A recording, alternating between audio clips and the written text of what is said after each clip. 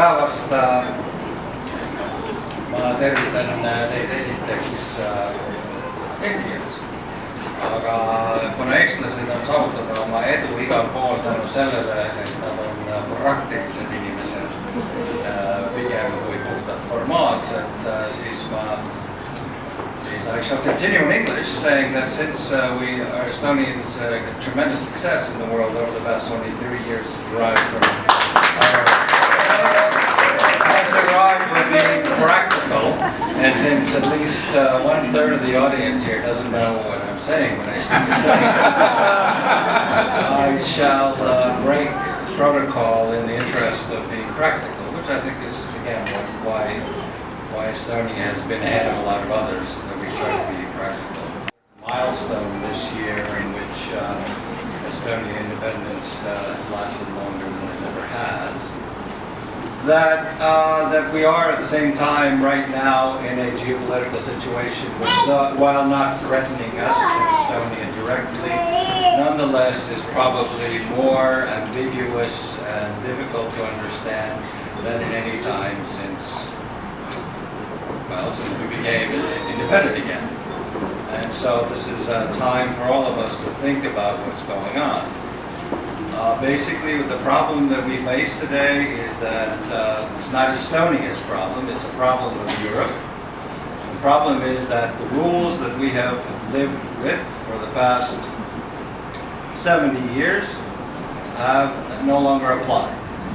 And I think this is something that Russia wants specifically to achieve, is just to rearrange the card deck and have new rules. But if you think about the rules that we have had since 1945, and May 8th, one fundamental rule was achieved that you don't annex territory because you have co-ethnics abroad living there, and that was the answer to the Sudetenland and the Austrian Anschluss of 1938. The final answer came on May 8, 1945, saying you can't do that anymore. Well, guess what? They just did it this year by annexing Crimea.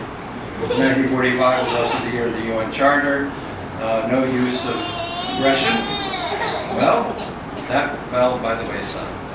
One of the landmarks of European security was the 1975 Helsinki Final Act that said that no border changes may take place through use of force or threat of use of force, and that any changes in borders that are made through force or threat of use of force will be unrecognized. Well, that just flew out the window this year with the annexation of Crimea. And then we have the 1990 Paris Charter of the CSE at the time, now OSCE, where Estonia, Latvia, and Lithuania were not allowed to participate, but Hungary and Czechoslovakia and Poland were. But in any case, there they adopted as the final document the position that every country can decide for itself what are its security arrangements and with whom they are associated. Anyway, all of that is out. And Europe has been afraid to actually do very much about this, and this is something we feel very much. These are much bigger changes than simply kind of obnoxious actions on the part of Russia in the past 6 months. I mean, this is a fundamental reordering of the way the world is run at their pressure. And so all of us, from Tallinn to Washington, are scratching our heads saying, well, what are they trying to do and what's next?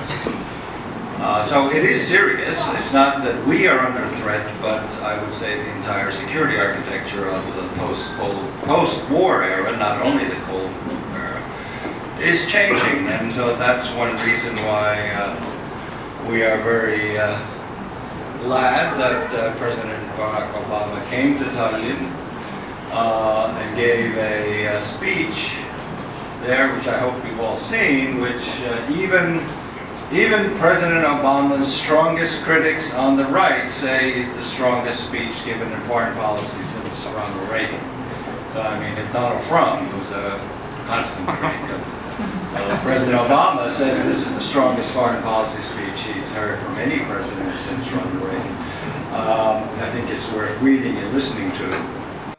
Well, as in the EU, so too in NATO, Estonians are the ones who fulfill their promises.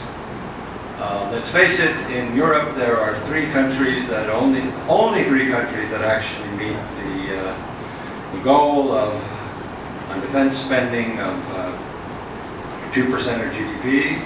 That's Greece, which spends more than 2% but doesn't go outside its own territory to do anything. As there's the UK that spends over 2%, and third is Estonia. And in a time when the United States pays for 75% of NATO's upkeep, where in fact the United States has 300 million people and NATO has, outside of the United States, has a population of 600 million, including the Canadians, the Turks, and the Estonians, and the Germans, and so forth, then being a country that actually fulfills its duties and is was in Afghanistan without any caveats, in the worst parts of Afghanistan, can only be interpreted as final recognition of the fact that Estonia is one of the countries that does its part in NATO, and there aren't many. And so President Obama's visit is completely logical in that sense, and again, I would suggest that you look at that speech on video. It was really a profound foreign policy speech. And I don't say that just because Obama was Italian, but as a professional foreign policy person, I've been reading and listening to speeches for the last 40 years. This really was one of the best. So that's where we are. Again, no need to get nervous. Every journalist in the world is writing, is asking, is Narva next?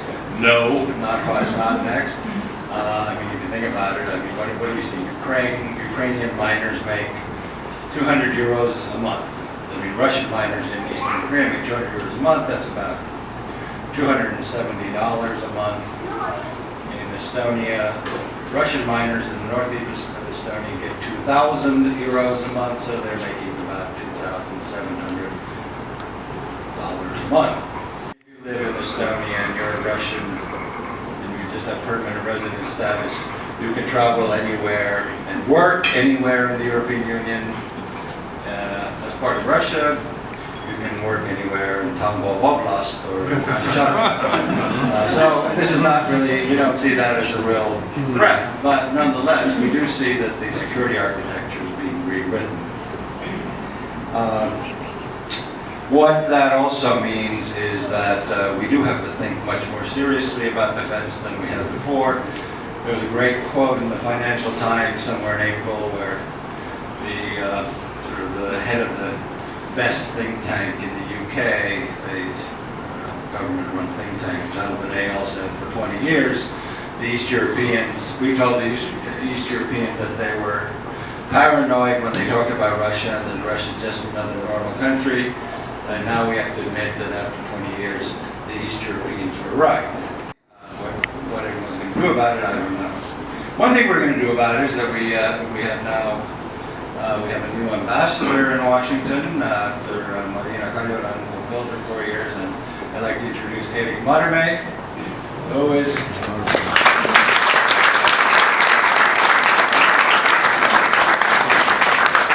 Hendrik, as I would say, as an example for all Estonians. I've known him ever since he was a kid. He had won a fellowship in 1993 to study in the United States, a rare fellowship to win, and he was in Washington, and he volunteered to come and help the embassy back when we were really very poor, and I didn't have a driver or anything, and the president was coming, and I needed someone to drive, and he volunteered his time to do it. Since then, he has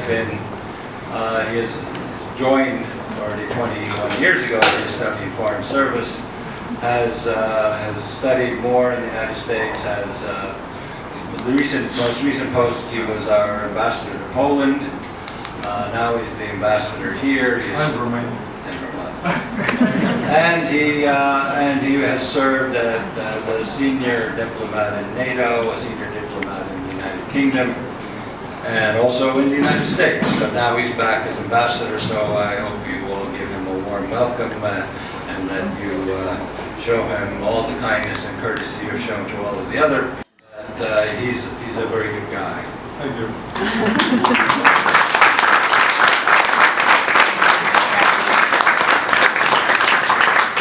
I would also just say this week only, we do have here, where is she? Anyway, we have a fantastic exhibit. Yet another brilliant Estonian has won a competition and is exhibiting. There she is, Annika, there she is. Shown in Brooklyn, and so she has her own exhibit there. If you want to see some really fantastic photography overall, but especially of our own Annika Haas, then well, go to okay. Brooklyn Bridge Park Pier 5 is where you should go. Outdoor exhibit. And they also have a beer garden.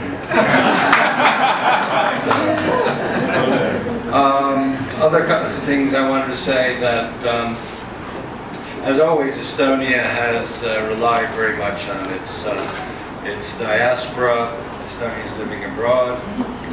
That one thing some of you might think of, especially today, if you're the right age, not necessarily the right gender, but ever since he was 15, my son said that when he graduates college, he will go and join the Estonian Defense Forces, and he said that every year, and I said, yeah. And the day he graduated Stanford with honors, he flew to Estonia, had his head shorn, and joined the Estonian Defense Forces to fulfill his military duties. And as it turns out, there are a number of people who have done that. Perhaps some of you know Veiko Parmik, Canada, Donald Parmik's son. He did exactly the same thing. And it really teaches you all kinds of things. My son ended up being the best unit commander in the Defense Forces, shooting anti-aircraft missiles. So while the Estonian Defense Forces had him give a briefing to all of the military attachés, and the missile that he was shooting was called the Mistral, made by France. And then to the all assorted attachés there, he said, well, this is a Mistral rocket. And so, as you know, there's this ship called Mistral, which the French are making for Russia, and so when the helicopters rise up from the Mistral to attack Estonia, we'll come out with the Mistral missile and shoot them all down. Didn't make the French military attaché too happy. But in any case, there are a number of people who have come from abroad to serve in the Estonian military, and so I would just hold out that possibility. They all speak really good Estonian after serving for a year in the Estonian military. It's only a year, it's actually only 11 months. And besides, you get to learn all kinds of words that your mother never taught you.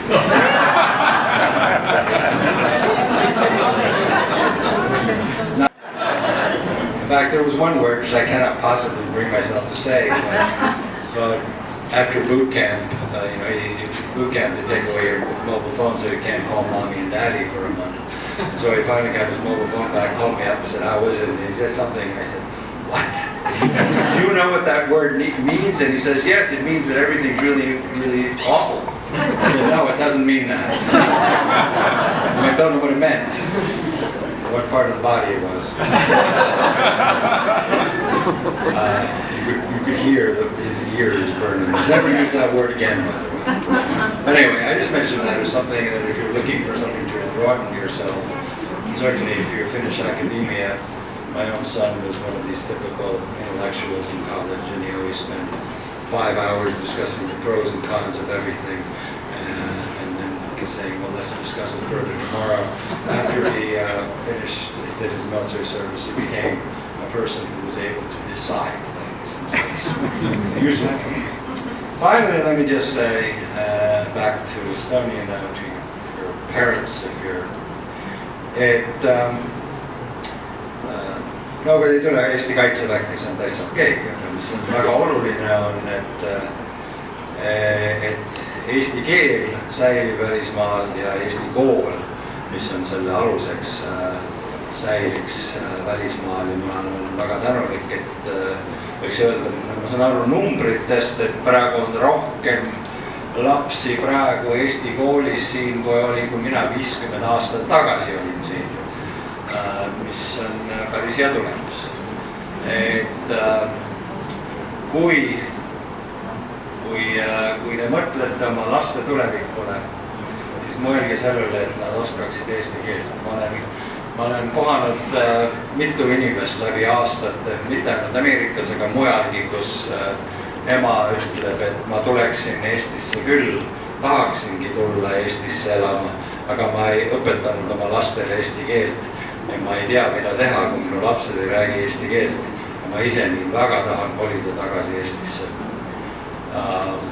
Ja no see on asi, millele mõelda, nii et igaks juhuks õpetage oma lastele eesti keelt, kasutage Eesti kooli võimalusi, rääkige oma lastega eesti keelt, ärge tehke seda viga, mida paljud on teinud, isegi minu põlvkonnas, kus vanemad arvasid, et mis neil ikka seda eesti keelt vaja on ja siis tuleb välja, et laps hoopis tahab minna Eestisse, kuna see on palju coolim, nagu me ütleme eesti keeles, kui olla Ameerikas ja ma võin tõesti kinnitada teile, et Eestis on palju coolim.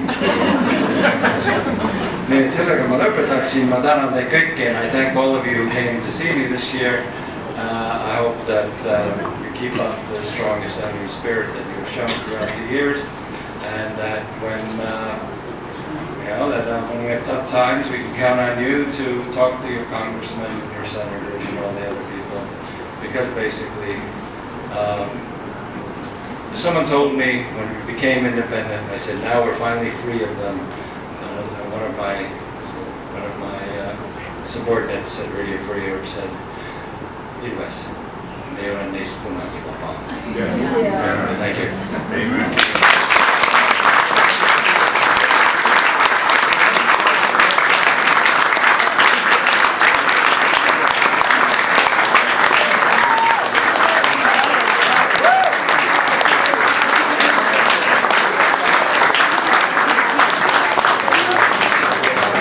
Sellega lõppes meie program. Palun nautige ilusat õhtut.